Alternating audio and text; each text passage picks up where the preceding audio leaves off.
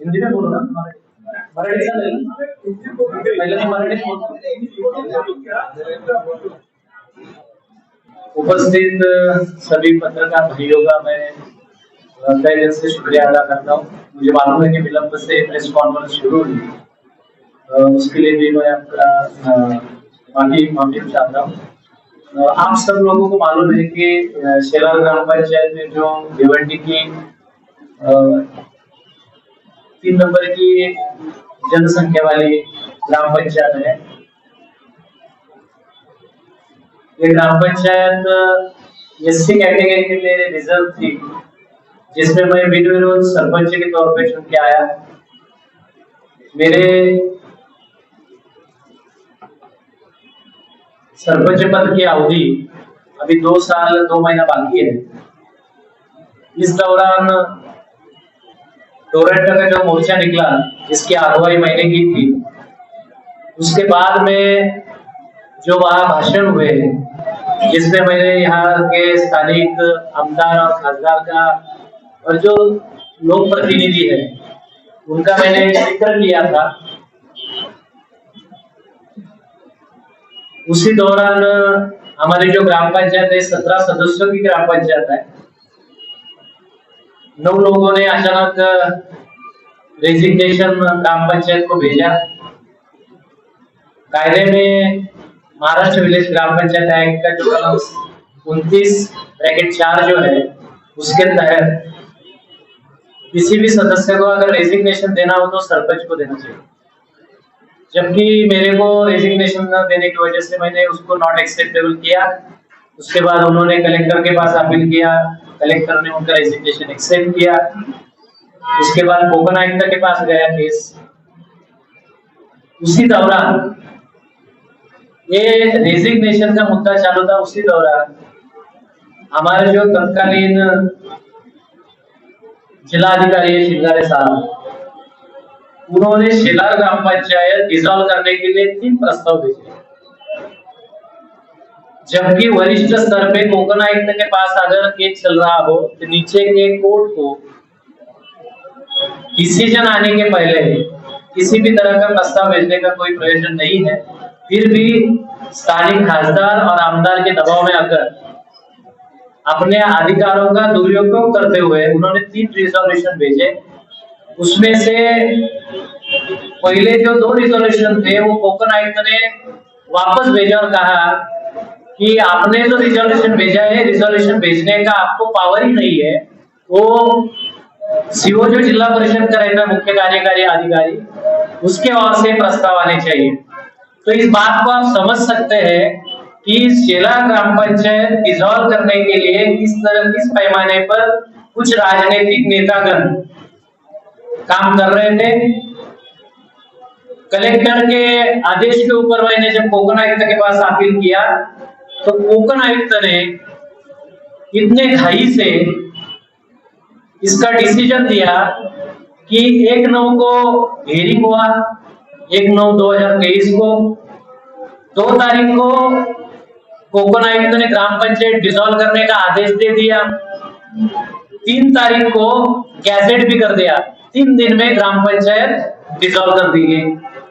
जबकि हमने हमारा इसके बारे में क्या जवाब है, हमारा भी जवाब सुनना चाहिए। इसके लिए हम लोगों ने आर्जी दिए, कोर्ट के साइटेशंस दिए, हाई कोर्ट के, सुप्रीम कोर्ट के, उसको भी इंटरटेन न करते हुए, हमारी बात सदस्यों की न समझते हुए ये डिसॉल्व का जो आदेश दिया वो बेकायदेशीर है ऐसा समझकर हमने मुंबई हाई कोर्ट में मैंने खुद पिटिशनर बन के 12/852/23 माननीय उच्च न्यायालय मुंबई में रिट फाइल की, जिस रिट में हमने सभी को पार्टी बनाया है। इलेक्शन कमीशन हो, कोकन आयुक्त हो, महाराष्ट्र स्टेट हो, कलेक्टर हो, चाहे सीओ हो, गट विकास अधिकारी हो, इन सबको पार्टी हमने बनाया है। और इनके खिलाफ में 9/1/2024 को कोर्ट ने स्टेटस को ऑर्डर पास किया है, जिसकी अगली सुनवाई 12 जनवरी की थी। इसमें क्लियर कट कहा है कोर्ट ने कि एक तो एडमिनिस्ट्रेटर की अपॉइंटमेंट ना किए जाए, सेकंड कोई भी अप्रोप्रिएट स्टेप ना लिया जाए, और जैसा है वैसा रखा जाए। स्टेटस को का मतलब होता है जैसी स्थिति वैसे रखे।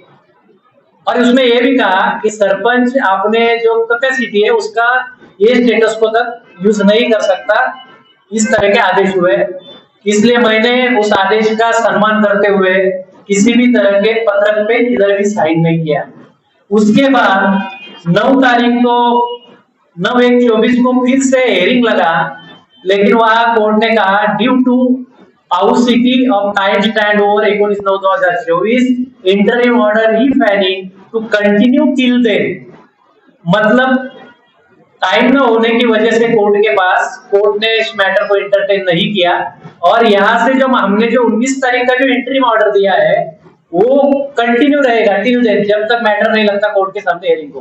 तो एक क्लियर कट ऑर्डर है, लेकिन हम देखेंगे कि तहसीलदार ने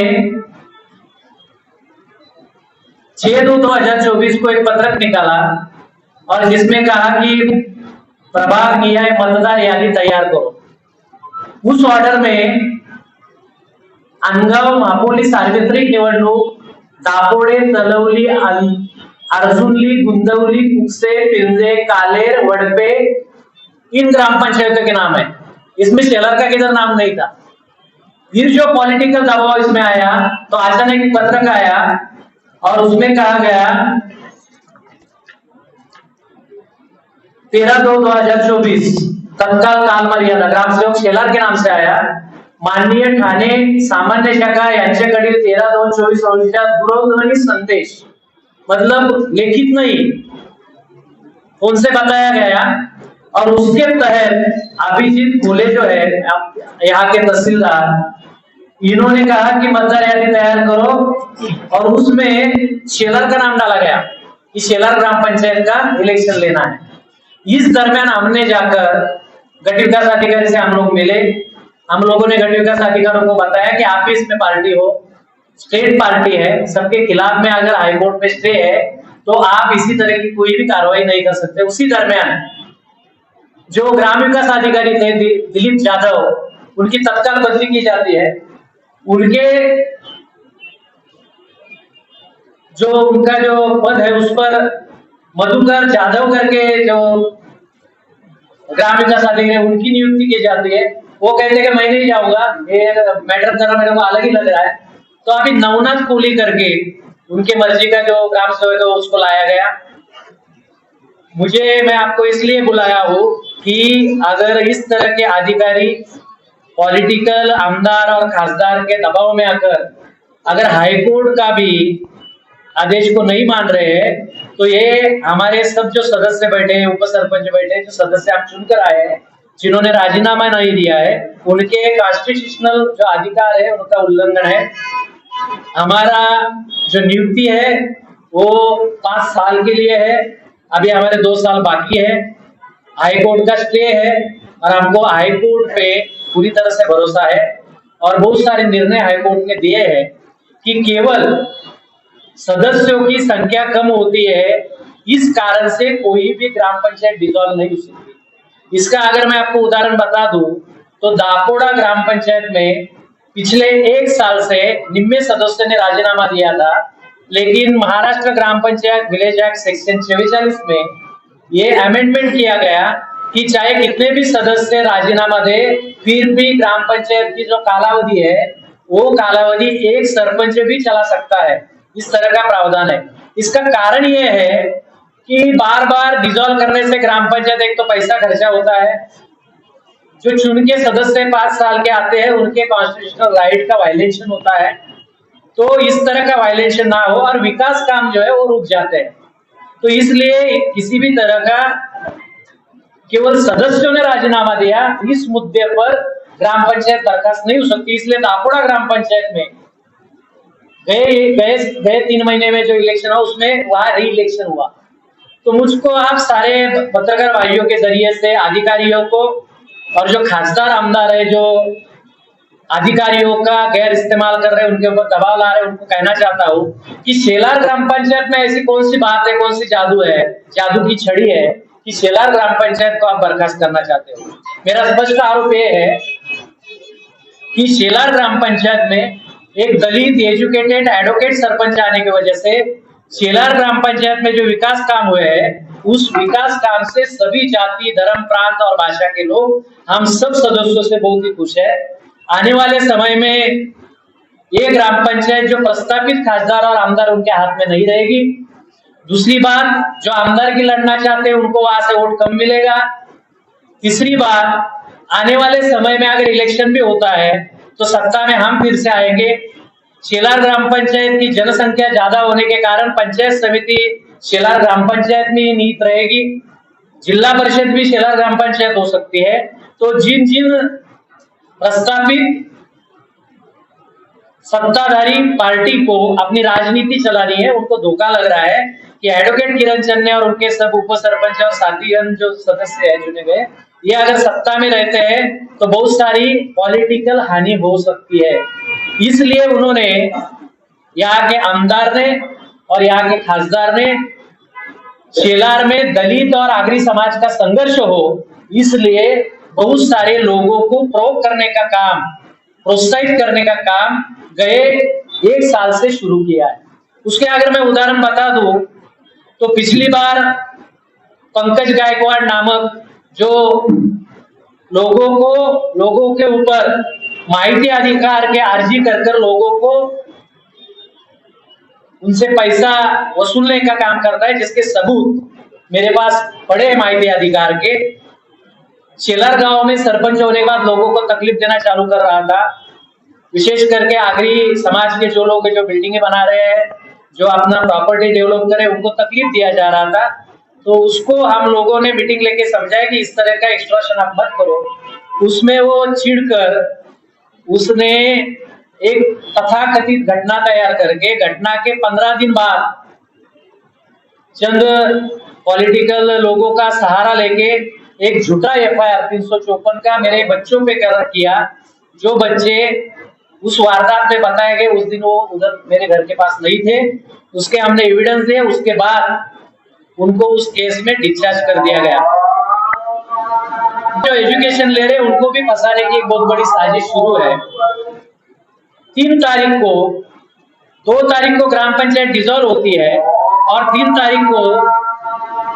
तारीख को पटाखे बजाए जाते हैं, आमदार बाइट देता है, चंद नेता के बाइट्स देते हैं, क्या अनूप शनूप बोलते हैं, और फिर एक जो हमारा भाई है जो विकलांग है उसको आगे किया जाता है। उसको 3 तारीख को मीटपाड़ा में सावित्री माई फुले की जयंती 3 जनवरी को हम मना रहे हैं, बच्चों के, महिलाओं के कार्यक्रम शुरू है और उसमें जिजाऊ संगठन भी हमको सहयोग करती है। तो उस बैनर पे मेरा, जिजाऊ संगठन के जो सामरे साहब है, मानवीयता है, उनका फोटो है, मेरा फोटो है, कार्यक्रम की रूपरेखा और उसपे बहुत बड़ा फोटो सावित्री माई फुले का है। उस फोटो को चेतन जाधव, एक अपंग व्यक्ति को, उसके साथ एक दूसरा सागर चल के नाम के लड़के को भेजा जाता है बाइक पे और वो फोटो को फाड़ देता है। फिर भी हम लोग कार्यक्रम करते हैं और बाद में FIR देने जाते हैं, तो उसके पहले वो झूठा FIR करने के लिए बैठ जाता है, जिसमें खुद आमदार 500 लोगों के साथ आता है और वहां जो कार्यकर्ता हाजिर ही नहीं थे 5 लोग, जिसमें मेरा एक पर्सनल बॉडीगार्ड शंकर है जो हैदराबाद में, उसको बच्ची हुई तो हैदराबाद में रहता था। एक इंजीनियर रोशन गायकवाड़ जो हॉल बना रहे छत्रपति शिवाजी महाराज मंगल भवन, जिसकी बहुत एलर्जी सब पॉलिटिकल लीडरों को भी है और चंद लोगों को है, उसके ऊपर भी केस किया गया। वो मेरे ऑफिस में बैठा था। और 2 लोग हैं जो यहाँ नहीं थे, मेरे बच्चे मेरे ससुराल में थे। ये सारे CCTV फुटेज मैंने पुलिस को दिए 5 लोगों के। फिर भी उसमें रॉबरी की झूठी केस की गई आमदार के कहने पे, चंद पॉलिटिकल लीडर के फोन आने की वजह से। उसमें कार्यकर्ता को झूठा अटक किया गया, उनको जेल में रखा गया, अभी सब जामीन पे है। कल मैंने देखा कि 7 लोगों को और नोटिस दिया गया और 7 लोगों को अंदर डालना चाहते हैं। तो मुझे लगता है कि ये सारी जो साजिश है, एक तो जातीय दंगा भड़काने की बहुत बड़ी साजिश शुरू है, दूसरी शेलार ग्राम पंचायत को किसी भी तरह से डिसॉल्व करके वहाँ री इलेक्शन लगाने का, हाई कोर्ट के आदेश को भी न मानने का, इस तरह की जो तानाशाही भिवंडी में शुरू है, उसके खिलाफ में मैं हमेशा लड़ते आया हूँ। बहुत सारे लोग बोलते हैं कि टोरेंट के आंदोलन का क्या हुआ, तो टोरेंट के आंदोलन की जो नोटिस है, लीगल नोटिस हर कंज्यूमर की, वो अभी तक मैंने 25,000 नोटिस भरी है, 1 लाख नोटिस भरने का काम शुरू है, इसलिए वो आंदोलन तो नहीं छोड़ा गया है। आप चाहे तो मेरे से नोटिस ले भी जा सकते हैं, मेरे ऑफिस में पड़े हैं। तो इन सारी जो जनता को तकलीफ देने वाली जो सारी घटनाएं हो रही है, उसके खिलाफ में मैं खड़ा हो रहा हूँ, मेरे साथ मेरे कार्यकर्ता खड़े हो रहे हैं, लेकिन उनको भी झूठे केस में फंसाने का काम यहाँ का स्थानिक आमदार और खासदार कर रहा है। तो उसके हम निषेध करते हैं और इस तरह का तानाशाह रवैया, शासकीय यंत्रणाओं का गलत तरह से इस्तेमाल करना, सदस्यों पर दबाव लाना, ये जो सारी साजिश शुरू है, और अधिकारी अगर हाईकोर्ट के आदेश को भी नहीं मान रहे हैं तो हम किससे न्याय मांगे। मुझे तो लगता है कि पूरी तरह से हाई कोर्ट के आदेश का अवमान किया है, कंटेम्प्ट ऑफ कोर्ट है। तो उसके लिए भी हम कोर्ट में जाएंगे, हमको कोर्ट पे पूरा भरोसा है और कोर्ट हमको न्याय देगी। लेकिन मैं जनता से अपील करना चाहता हूँ कि इस तरह से नियुक्त हुए सदस्यों को हटाने के लिए इस तरह की साजिश करना, शासकीय और प्रशासकीय यंत्रणों का इस तरह से गलत इस्तेमाल करना, तो ये मुझे लगता है कि डेमोक्रेसी के लिए, संवैधानिक अधिकारों के लिए और भिवंडी के जनता के लिए खतरे की घंटा है। तो ये केवल शेलार ग्राम पंचायत का मुद्दा नहीं है। जहां जहां जो ग्राम पंचायत खासदार, आमदार और प्रस्तावित जो सत्ताधारी है, उनके पास अगर नहीं जा रही है, उनके पास अगर सरेंडर नहीं हो रही है, तो उनको इस तरह से फंसाने का काम भिवंडी में शुरू है। मुझे केवल, मैं दलित वर्ग का हूँ, सरपंच हूँ, पढ़ा लिखा सरपंच हूँ, अच्छा काम रहा। आप देखोगे कि जो रास्ता हमेशा ट्रैफिक से भरा रहता था, नदी नाका पे पानी आता था, वहां के इलीगल कंस्ट्रक्शन तोड़कर, खुद खड़ा रहकर मैंने और मेरे सारे सदस्यों ने उस रास्ते को बड़ा बनाया। आप देख रहे होंगे 2 करोड़ रुपए का छत्रपति शिवाजी महाराज मंगल भवन का अधूरा काम हुआ है। ये सारी चीजें होने की वजह से वो काम रुके। आए दिन कम से कम 100 या 150 लोगों को आधार कार्ड के लिए साइन करना पड़ता है सरपंच को, उनको साइन नहीं मिल रहा है। उनको रहवासी दाखिले के लिए आइडेंटिफाई करना पड़ता है, वो भी नहीं मिल रहा है। सारे काम ठप कर चुके हैं और इसको, इस मैटर को प्रोलॉन्ग करना चाहते हैं और बाईपास वे से हाईकोर्ट, माननीय हाईकोर्ट के आदेश का अवमान करके जल्द से जल्द चुनाव लगाकर एक नया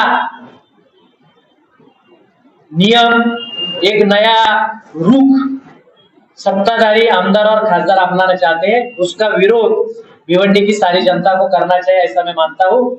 इसलिए आज की ये पत्रकार परिषद रखी गई थी। मैं आपके जरिए इस बात को उजागर करना चाहता हूँ कि इस तरह का अगर रवैया रहा तो कोई अच्छी पत्रकारिता कर रहा हो, कोई अच्छा सामाजिक कार्य कर रहा हो, कोई चुनकर अगर प्रतिनिधि आ रहा हो, तो उसको इस तरह से अगर दबाया जा रहा है, तो मुझे लगता है कि भिवंडी में तानाशाही शुरू हो गई है और इस तानाशाही के खिलाफ हम सबको लड़ना चाहिए। इसलिए जो प्रोसेस अपना रहे हैं, शेलार ग्राम पंचायत डिसॉल्व हुआ बताकर जो इलेक्शन लगाने का काम कर रहे हैं, उसकी हम निंदा करते हैं और उसके खिलाफ में हम कोर्ट में लड़ेंगे। और सबसे बड़ी बात, जिन लोगों ने सावित्री माई फुले का अवमान किया है, जिनके ऊपर 2-2 एट्रोसिटी के केसेस है, उनको आज दिन तक पुलिस ने अटक नहीं किया है। केवल उनको आमदार और खासदार का आशीर्वाद है। तो इस तरह का जो रवैया सब यंत्रणाओं का है, ये मुझे लगता है कि आने वाले समय में एक बहुत बड़ा खतरे की घंटा है। इससे धार्मिक तेड़ बढ़ेगी, इससे जातीय तेड़ बढ़ेगी और ये प्रियोपेशन करने का काम आमदार और खासदार कर रहे हैं। उसकी हम फिर से एक बार निंदा करते हैं और आपसे अपील करते हैं कि आप मीडिया के जरिए इस चीज को लोगों तक पहुंचाएं कि हाईकोर्ट में स्टे होने के बावजूद भी शेलार ग्राम पंचायत में इलेक्शन का जिस तरह से नोटिफिकेशन अधिकारियों ने निकला है, इसमें पूरी तरह से आमदार और खासदार का हाथ है। ये हम आपके जरिए से लोगों को बताना चाहते हैं। कुछ ना कुछ मेरे साथ 8 सदस्य, 9 सदस्यों ने राजीनामा दिया, बाद में एक 10वां सदस्य को भी जो हमारे साथ था। आपको क्या राजनीति चालू है सबको पूरे भारतवर्ष में मालूम है, तो अलग अलग प्रलोभन देकर फिर उसको राजीनामा दिलाया गया। उसकी तो हेयरिंग भी नहीं हुई, लेकिन उसको मान के चल रहे हैं कि वो राजीनामा हो गया। रेजिग्नेशन की कुछ प्रोसीजर है, और उस प्रोसीजर को फॉलो नहीं कर रहे, वो डायरेक्ट आदेश दे रहे, कलेक्टर आप अपने हिसाब से आदेश दे। तो हमारे साथ 8 से, लेकिन मैंने आपको जिस तरह से कहा कि महाराष्ट्र ग्राम पंचायत विलेज एक्ट 1959 का जो सेक्शन 44 है, उसमें अमेंडमेंट किया गया है कि केवल संख्या कम होने से ग्राम पंचायत डिसॉल्व नहीं हो सकती और काम बंद नहीं हो सकता। उसके लिए डिसओबे ऑफ ऑर्डर होना चाहिए, अवज्ञा होनी चाहिए, या किसी आदेश हुआ और उसका पालन ग्राम पंचायत ने नहीं किया, नंबर 1। नंबर 2, वहां का सरपंच है, उसको अगर आपको डिस्क्वालिफाइड करना है तो उसके ऊपर भ्रष्टाचार का आरोप होना चाहिए। नंबर 3, वो ऐसा कुछ बिहेवियर करे जिससे ग्राम पंचायत की इंसल्टिंग हुई हो, ग्राम पंचायत का नाम बदनाम हुआ हो और उसके पद की गरिमा को उसने कुछ हानि की हो। तो इसी तरह का मेरे ऊपर कोई भी एलिगेशन नहीं है। मैंने महाराष्ट्र में पहला कोरोना सेंटर चालू किया, उसको 50 लाख का इनाम महाराष्ट्र शासन ने घोषित किया है। लेकिन मैं आपको डंके की चोट पे बोलता हूँ कि ये पुरस्कार भी शेलार ग्राम पंचायत को ना मिले, इसलिए आमदार और खासदार प्रयास किए, इसलिए आज दिन तक ये 50 लाख का पुरस्कार नहीं मिला है। वो चाहते हैं कि एक दलित सरपंच के अगुवाई में शेलार ग्राम पंचायत में विकास काम ना हो, आगे चलकर दोबारा भी इलेक्शन होता है तो हम लोगों की सत्ता आएगी, इनको मालूम है। इसलिए मेरे काल में विकास काम रोके जाए, किसी भी तरह का नाम ना हो, इसलिए बहुत सारे प्रयास किए जा रहे हैं। और मुझे अचंभा इस बात का हो रहा है कि सरकार बहुत डंका पीट रही है कि कोरोना वॉरियर्स। तो कोरोना के टाइम हम जैसे लोग घर में नहीं बैठे थे, लोगों के लिए सेवा दे रहे थे, कोरोना सेंटर में जाके बैठ रहे थे, लोगों को अच्छी सेवाएं दे रहे थे। तो 50 लाख का इनाम घोषित होने के बावजूद भी आज दिन तक नहीं मिला है। अगर सरपंच उस पार्टी का होता सत्ताधारी, तो मुझे लगता है कि उसको अच्छी तरह से पुरस्कार भी मिलता, उसका सम्मान भी होता। मेरी एक तरह से वो जातीय छलोनुक जिसको बोलते हैं, उस तरह की जातीय छलोनुक शेलार ग्राम पंचायत में शुरू है, और उसमें सबसे बड़ा रोल अदा कर रहे हैं आमदार और खासदार। मुझ पे अटैक हो सकता है। मुझे बीच में मैं भीमागांव कोरेगांव कमीशन चला रहा हूँ, कुछ लोगों ने कहा कि भिवंडी में अटैक नहीं कर सकते तो पुणे में जाने वाला है, पुणे में देख लेंगे। तो इस तरह का अगर माहौल चलता रहा तो आने वाले समय में मुझ पे अटैक हो सकता है। इसके लिए मैंने पहले ही यहाँ के एसपी और जो तालुका पुलिस स्टेशन उनको मैंने निवेदन दिया है, और निवेदन में बहुत सारे लोगों के नाम भी दिए हैं। 3 लोगों से मेरे जान को खतरा है और मेरे पे अटैक हो सकता है।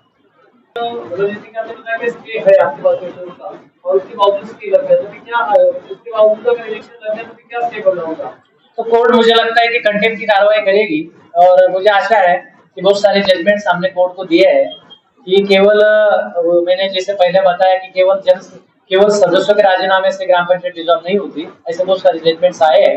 और महाराष्ट्र स्टेट के बहुत सारे आदेशों को सेट असाइड करने का काम कोर्ट ने किया है। तो अगर वो इस तरह का कुछ करते हैं तो हम कोर्ट के पास जाते हैं, तो आपको मालूम है कि माननीय उच्च न्यायालय हमको न्याय देगा। सदस्य 17 सदस्य 8 है। एक 9 लोगों ने पहले राजीनामा दिया टोरंटी के आंदोलन के बाद में एक 10वें को राजीनामा दिलाने लगाया, लेकिन उसको मैंने एक्सेप्ट नहीं किया, लेकिन उसकी हियरिंग भी नहीं हुई है। तो समझो कि 9 लोगों ने राजीनामा दिया है, और हर ग्राम पंचायत में जिन लोगों ने राजीनामा दिया है उनका री इलेक्शन हुआ है, ग्राम पंचायत डिसॉल्व नहीं की गई। पहली दफा शेलार ग्राम पंचायत को डिसॉल्व करने का काम आमदार और खासदार के दबाव में अधिकारियों ने किया। मुद्दा ये है कि अगर स्टेट पार्टी है हाईकोर्ट से ऊपर तो स्टेट गवर्नमेंट नहीं है। जब हाईकोर्ट में हमने स्टेट को पार्टी बनाया, इलेक्शन कमीशन को पार्टी बनाया, सभी अधिकारियों को पार्टी बनाया, और उनके ऊपर अगर स्टेटस को किया, ऑर्डर हाईकोर्ट में की है, तो हमको किसी के पास पैरवी करने की जरूरत नहीं। हाईकोर्ट सबसे बड़ी है, कोर्ट सबसे बड़ी होती है, और कोर्ट के आदेश का सबको सम्मान करना चाहिए। जो मैं सम्मान कर रहा हूँ तो अधिकारियों को भी सम्मान करना चाहिए, आमदार खासदार को भी सम्मान करना चाहिए, ना कि ऐसी हरकतें करनी चाहिए। ये हमारे उप सरपंच है ललित शेरके जी, जो उप सरपंच है ओबीसी कैटेगरी से चुन के आए हैं। मैं खुद एससी कैटेगरी से चुन के आया हूँ। मेरे बाजू में जो बैठी उषा दशरथ तपा से एससी कैटेगरी से है। नंदू कुमार गोरे यादव जो आदिवासी कैटेगरी से है। प्रमोद शंकर माली जो अभी आए थे बाहर है, वो भी ओबीसी कैटेगरी से है। और दीपिका प्रमोद भोई जो बैठी है हमारे बाजू में, वो भी ओबीसी कैटेगरी से है। और सरिता ज्ञानेश्वर भोई वो भी ओबीसी कैटेगरी से है। तो ऐसा कोई नहीं कि हम एक ही जात के सदस्य और हम साथ में, ऐसा ही नहीं है, सभी जात के वर्ग के लोग हैं। और ये सरपंच पद 5 साल के लिए एससी कैटेगरी के लिए आरक्षित है। तो एससी दूसरा कैंडिडेट वो भी मेरे साथ है, तो इनके पास कैंडिडेट ही नहीं है, इसलिए सारे षड्यंत्र किए जा रहे हैं कि ये ग्राम पंचायत हमारे दावे में। सर मेरा एक सवाल है, मुझे जहाँ तक की जानकारी मिली है, लोगों में ये चर्चा है कि आप आने वाले 2024 में आमदार के चुनाव लड़ने वाले हैं, तो क्या इसको लेकर के आपके साथ ये षड्यंत्र रचा जा रहा है या कुछ? ये कारण भी है क्योंकि मेरे कार्यकर्ताओं ने पश्चिम की मैं विधानसभा लड़ूंगा इस तरह के बैनर्स लगाए थे। और अगर जनता की पुकार है तो लड़ना चाहिए मुझे लगता है। और अब गए 15-20 साल से मैं जनता के साथ हूँ, जनता के आंदोलन में, सभी जाति धर्म की जनता के आंदोलन में हूँ, तो लोग मुझसे प्यार करते हैं। और आपने टोरेंट के आंदोलन में वो देखा है कि एक जगह सब पॉलिटिकल लीडर मोर्चा निकाल रहे थे, लोग नहीं जा रहे थे। जब मैंने और मेरे साथियों ने आवाज दी तो हजारों के तादाद में लोग आए। हमने जो आंदोलन कभी जब भी हाथ में लिया तो उसको न्याय देने का भिवंडी की जनता को किया है।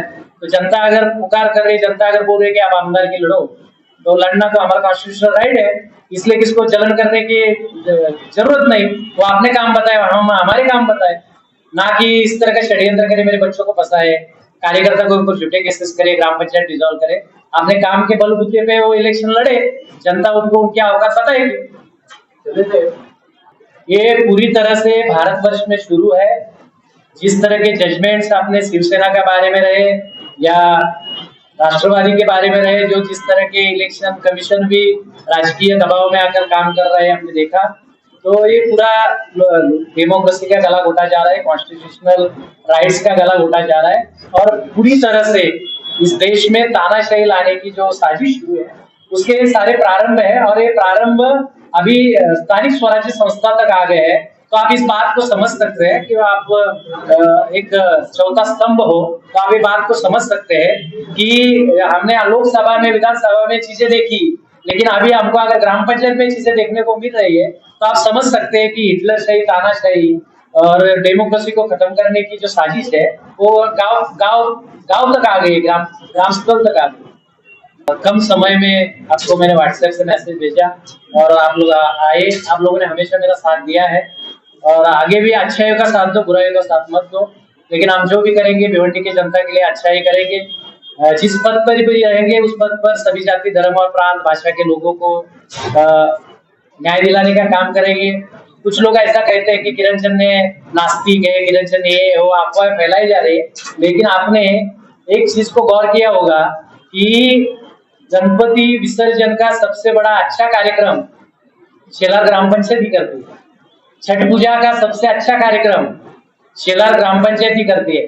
सभी महापुरुषों की अच्छी जयंती करने का काम भी शेलार ग्राम पंचायत ही करती है। हम सबकी श्रद्धा, उपासना का सम्मान करते हैं, सभी जाति धर्म के श्रद्धाओं का सम्मान करते हैं और यही हमारा कॉन्स्टिट्यूशन का प्रियम्बल कहता है। तो कॉन्स्टिट्यूशन का प्रियम्बल यही हमारा जीने का रास्ता है और यही जाहिरनामा है हमारा। तो उसके तहत सबका सम्मान किया जाता है। लेकिन कुछ लोग अपनी राजनीति पुलिस फेंकने के लिए इस तरह की अफवाहें फैलाते हैं, तो उसकी भी हम निंदा करते हैं। क्या कहना चाहेंगे आज यहाँ पे किरण चंद साहब जो यहाँ पे पत्रकार परिषद के द्वारा जो यहाँ पे बयान दिया, क्या आपके इसके बारे में आप क्या कहना? मेरा कहना यह है कि मैं एडवोकेट किरण चंद सरपंच ग्राम पंचायत शेलार, इनके बातों से सहमत हूँ कि सच देखा जाए तो माननीय उच्च न्यायालय जिन्होंने जो आदेश पारित किया है वो आदेश का उल्लंघन ये शासकीय अधिकारी है, बीडीओ से लेके कलेक्टर से लेके टोकन आयुक्त तक ये आदेशों का जो उल्लंघन कर रहे हैं।